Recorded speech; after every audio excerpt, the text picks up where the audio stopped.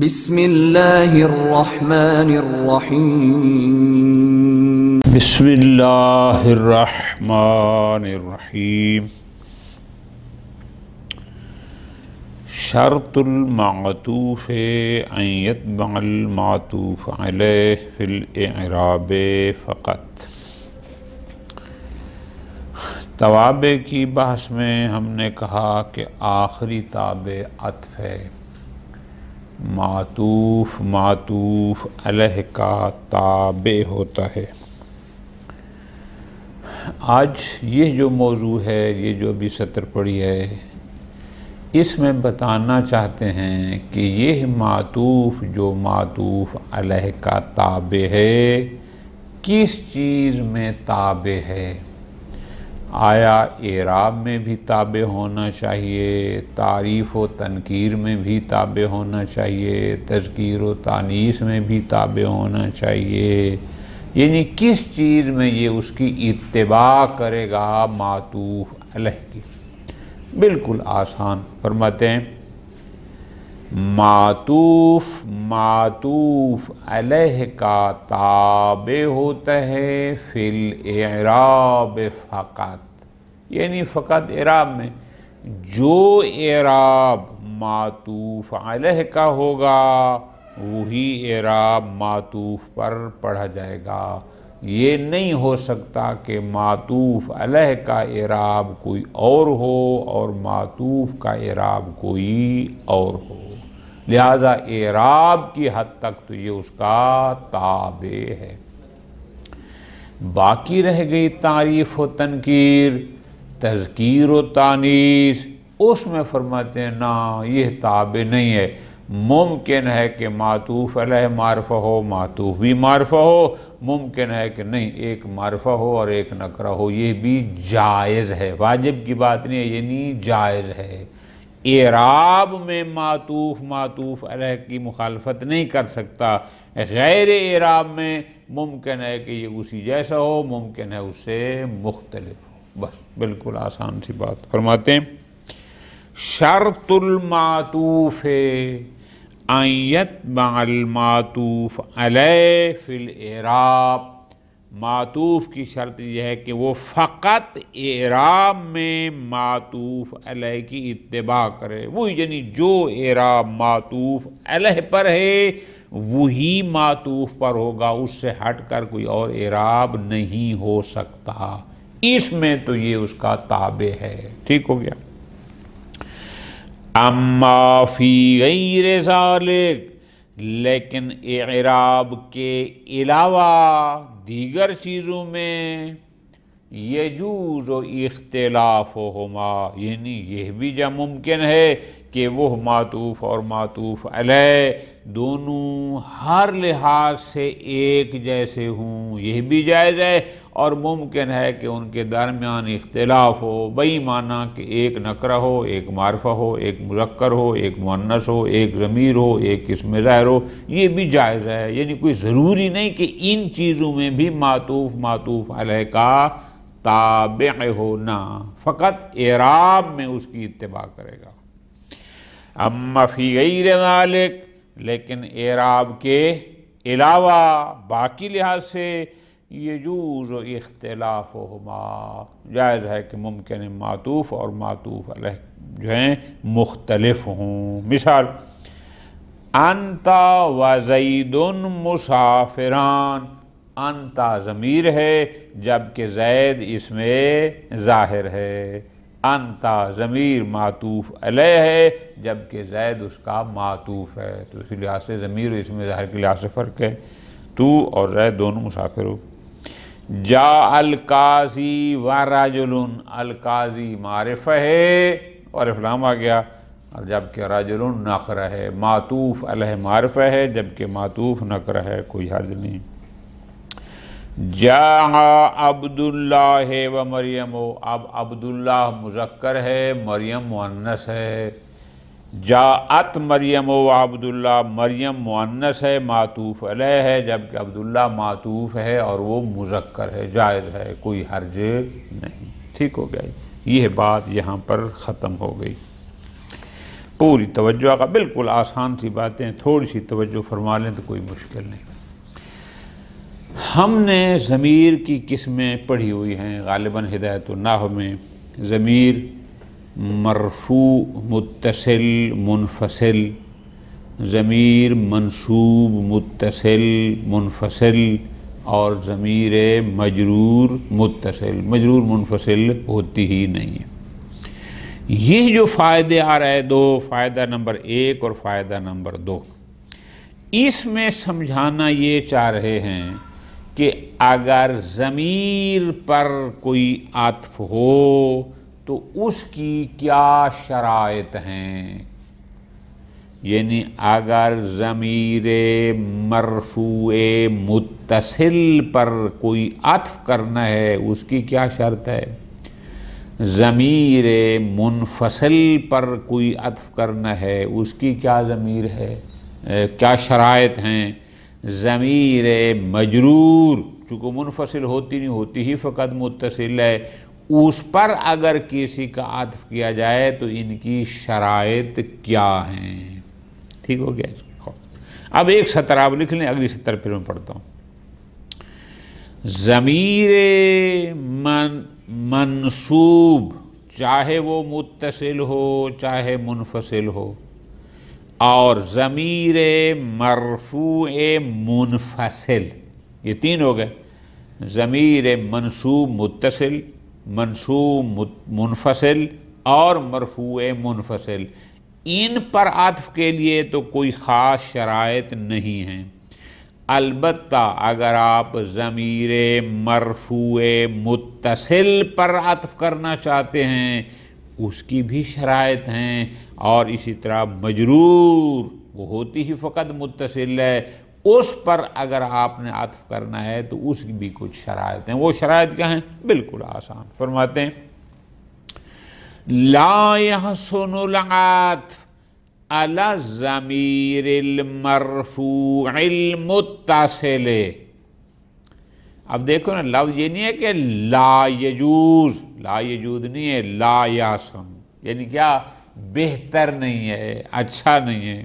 بات کیا ہے، یعنی اگر ایک ضمیر مرفوع متصل پر عطف کرنا ہے،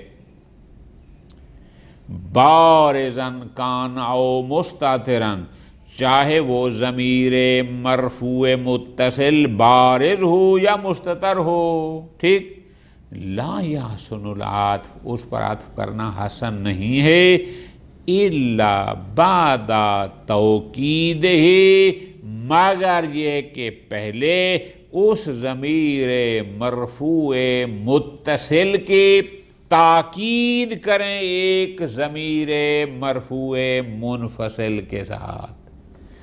ضمیر مرفوع متصل کی تاکید کریں ضمیر مرفوع منفصل کے ساتھ اور پھر اس پر عطف کریں تو یہ بہتر طریقہ ہے۔ اگر آپ تاکید نہیں کرتے تو لا یحسن، یہ بہتر نہیں ہے، ٹھیک ہے۔ قم تو انا و اخو کا، قم تو، اب یہ تو ضمیر مرفوع متصل ہے، ضمیر فاعلی ہے، آپ نے اس پر اگر عطف کرنا ہے اخو کا تو پہلے تو کی تاکید کریں ضمیر مرفوع منفصل انا کے ساتھ، ٹھیک ہو گیا۔ لہٰذا ہم نے کہا قم تو انا، یہ انا تاکید کریے قم تو کی تو ضمیر فاعلی کی، اب اس پر ہم نے کہا وا اخو کا، یہ احسن طریقہ ہے، بہتر طریقہ ہے، ٹھیک، ایک طریقہ یہ ہو گیا۔ او بعد ان یفصل بین المعطوف والمعطوف علیہ، یا بعد ان یفصل بین المعطوف والمعطوف علیہ فاصل عین کان، یا پھر دوسرا طریقہ یہ ہے کیا کہ آپ ضمیر مرفوع متصل اور معطوف کے درمیان، یعنی اس معطوف رحمۃ کوئی فاصل لائیں، فاصل کون سا ہو، عین کان، کوئی بھی فاصل ہو کہ اس ضمیر مرفوع متصل جو معطوف علیہ بن رہی ہے اس کے اور معطوف کے درمیان کوئی بھی فاصل آ جائے پھر بھی جائز ہے۔ مثال دیتا ہوں، جیسے سافرت الیوم والخادم، یعنی سافرتو، اب تو پر میں نے عطف کرنا تھا الخادم کا، تو یہاں پر سافرتو انا کی بجائے میں نے کہا سافرت الیوم، الیوم فاصل بن گیا ہے سافرتو کی تو ضمیر فاعلی اور الخادم معطوف کے درمیان، یہ درست طریقہ ہے، ٹھیک ہے جی۔ ما اشرکنا ولا آباؤنا، آبا کا عطف کرنا تھا اشرکنا کی نا پر، تو اب ہم نے ولا درمیان میں اس کے ذریعے فاصلہ کر دیا، یہ جائز ہے، نہ ہم نے شرک کیا نہ ہمارے آبا نے۔ کم انتا و عامرن، اب دیکھو نا جی، کم انتا، اب یہاں انتا کو لائے، فاصل آ گیا کم اور عامر کے درمیان۔ خوب، اما الضمیر المتصل المنصوب، جہاں تک بات ہے ضمیر متصل منصوب کی، والضمیر المنفصل منطلقہ، اور ضمیر منفصل اب چاہے وہ منصوب ہو چاہے وہ مرفوع ہو، فَيُعْطَفُ عَلَيْهِمَا بِدُونِ هَذَا شَرْط، ان پر اگر عطف کیا جائے تو ان میں یہ شرائط نہیں ہے کہ حتماً تاکید لگائیں یا کوئی فاصل لگائیں، نہ، یہ شرائط ان میں نہیں ہیں، لہٰذا آپ ڈائریکٹ کہہ سکتے ہیں رأیتو کا وزیدن، کا ضمیر متصل منصوب ہے، ٹھیک۔ ما قام الا انا و عمرن، بالکل آسان، چونکہ انا ضمیر مرفوع منفصل ہے۔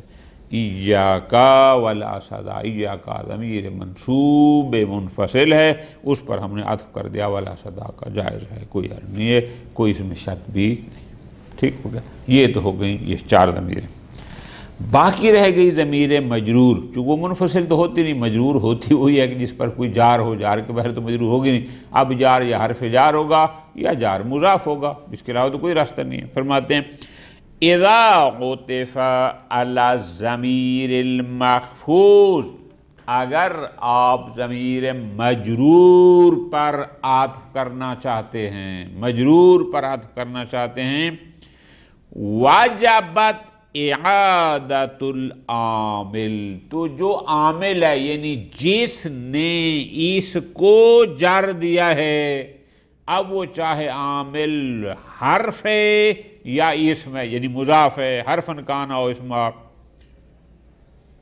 اس کا اعادہ کرنا معطوف کے ساتھ واجب ہے۔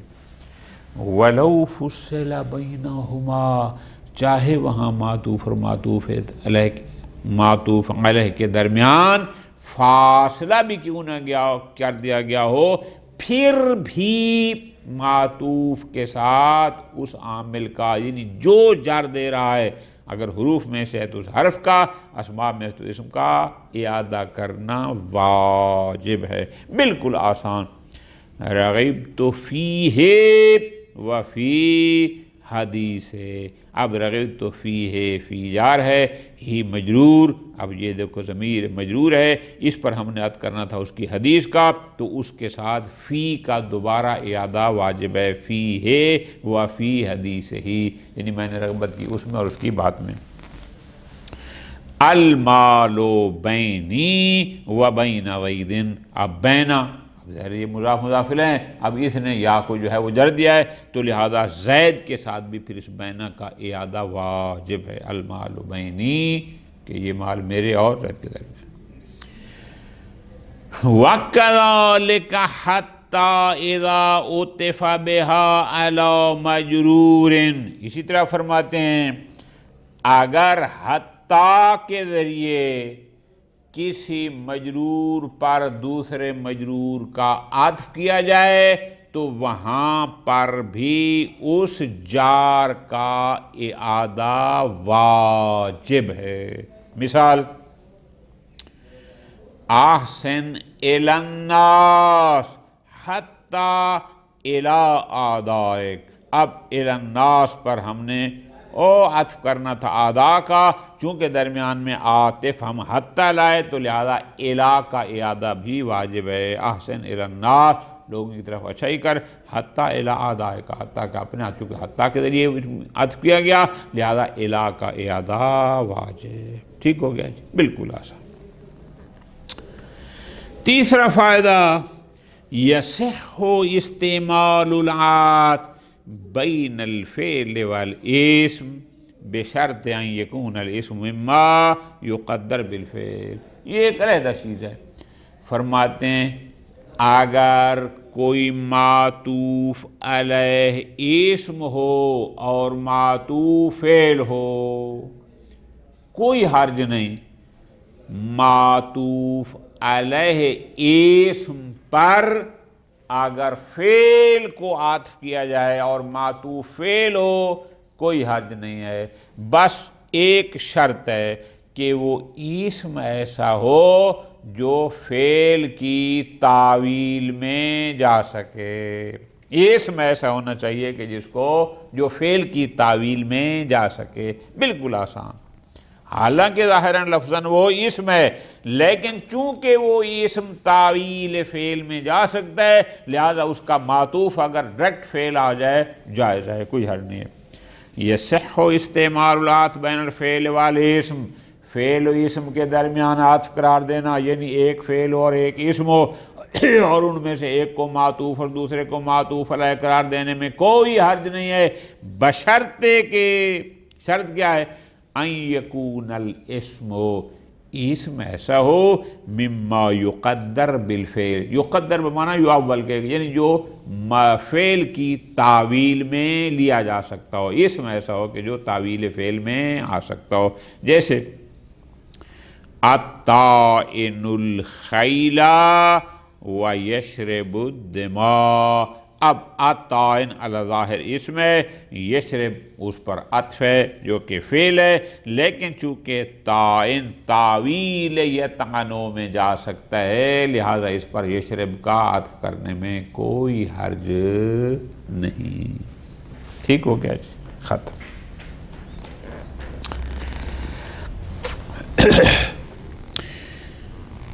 اگلی بحث جان یہ ہے کہ ایک فعل کا دوسرے فعل پر عطف کرنا بالکل آسان۔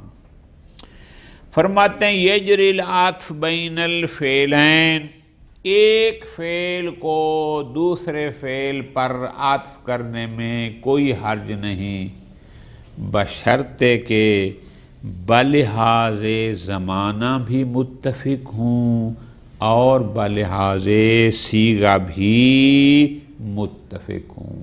نو یعنی ماضی مضارع امر کے لحاظ سے متفق ہوں یا نہ ہوں اس میں کوئی یعنی ممکن ہے کہ اس لحاظ سے متفق ہوں، ممکن ہے کہ نہیں اس لحاظ سے متفق نہ ہو، بس زمانہ اور صیغہ اس میں دونوں کا متفق ہونا ضروری ہے۔ نو میں اتفاق، نو سے مراد یعنی وہ جو ماضی مضارع اور وہ امر وغیرہ جو انواع فعل ہیں وہ مراد ہے۔ ٹھیک ہو گیا، بالکل آسان۔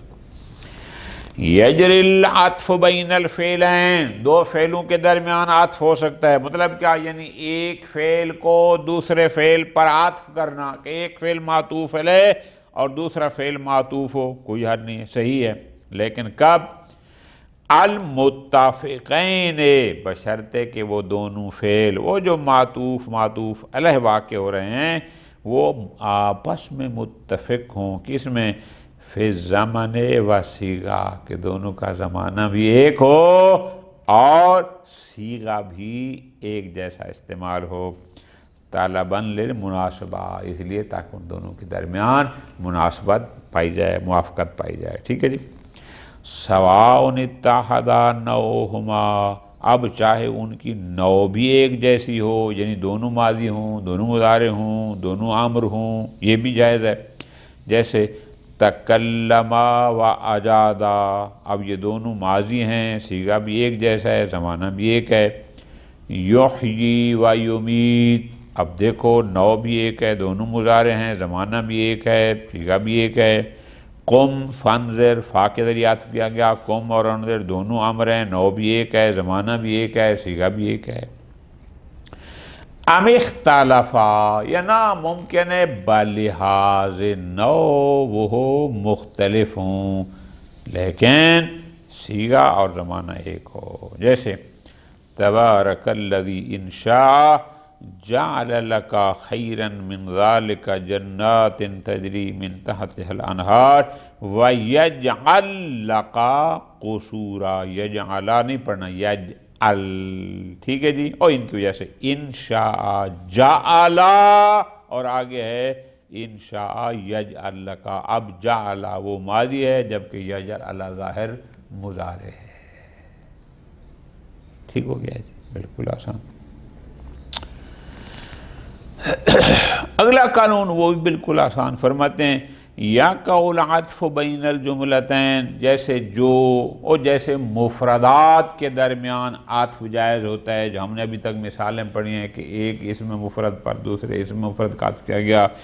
دو جملوں کے درمیان بھی عطف ہو سکتا ہے کہ ایک پورا جملہ معطوف علیہ واقع ہو رہا ہو اور دوسرا جملہ معطوف واقع ہو رہا ہو، یہ بھی جائز ہے، ایسا بھی ہوتا ہے، مثالیں موجود ہیں. یا قول عطف بین الجملتین، دو جملوں کے درمیان بھی عطف واقع، یعنی جیسے مفردات میں عطف واقع ہوتا ہے، جملات میں بھی اسی طرح عطف ہو سکتا ہے.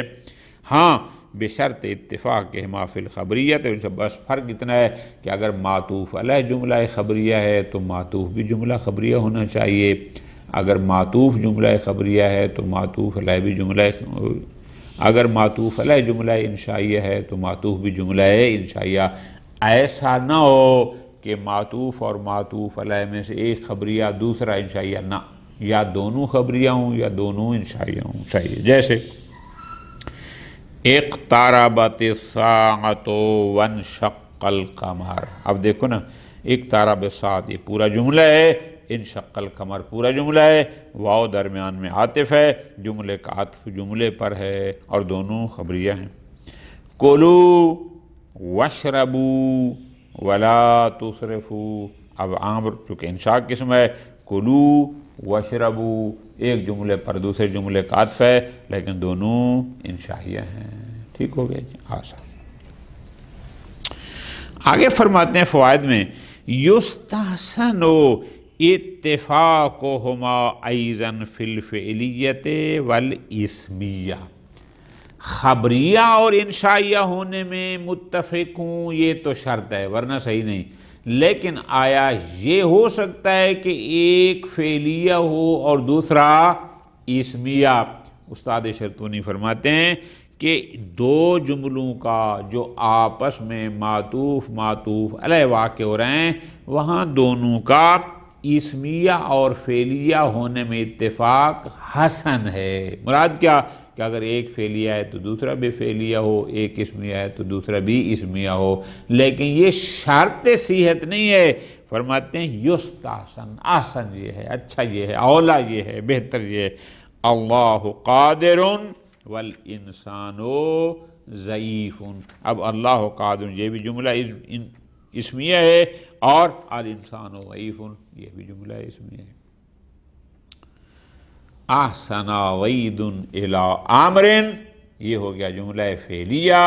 فکافر باحسانہ، کافر وہ بھی فعل ہے، یہ بھی جملہ فعلیہ. ٹھیک ہو. لیکن یجوز الاختلاف، لیکن یہ شرط نہیں ہے. لیکن اگر ایک فعلیہ اور ایک اسمیہ ہو تو یہ ممتنع نہیں ہے، یہ بھی جائز ہے، ہو سکتا ہے، لیکن آسن ہے کہ ایسا نہ ہو.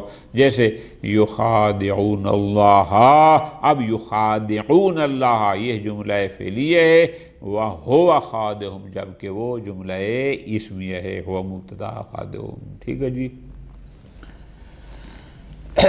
عطف کی بحث کی آخری سطر بالکل آسان. لا یجوز العطف الا علی معمول عامل، اگر ایک عامل کے چند معمولوں کا ایک دوسرے پر عطف کرنا ہے تو کوئی حرج نہیں ہے.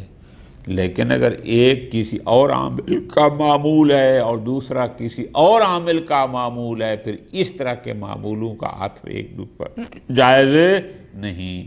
ایک عامل کے چند معمول ہوں ان کا عطف ایک دوسرے پر کرنا جائز ہے، لیکن اگر مختلف عامل ہوں اور ان کے معمولوں کو ایک دوسرے پر عطف کیا جائے نہ، اس طرح صحیح لا یجوز العطف الا علی معمول عامل واحد، عامل واحد ایک عامل کے چند معمول ہیں ان کو ایک دوسرے پر عطف کر سکتے ہیں، عامل مختلف ہوں تو پھر نہ، جیسے کانا وید قائما و عامر جالسا، اب کانا ایک عامل ہے، زید قائما بھی اسی کا معمول ہے، عامر جالسا بھی اسی کا ہے، لہذا واو عاطفہ کے ذریعے زید قائما پر ہم نے عطف کر دیا عامر جالسا کا، اس لیے کہ دونوں کا عامل کانا ایک ہی ہے۔ وصلی اللہ علی محمد وآلہ محمد۔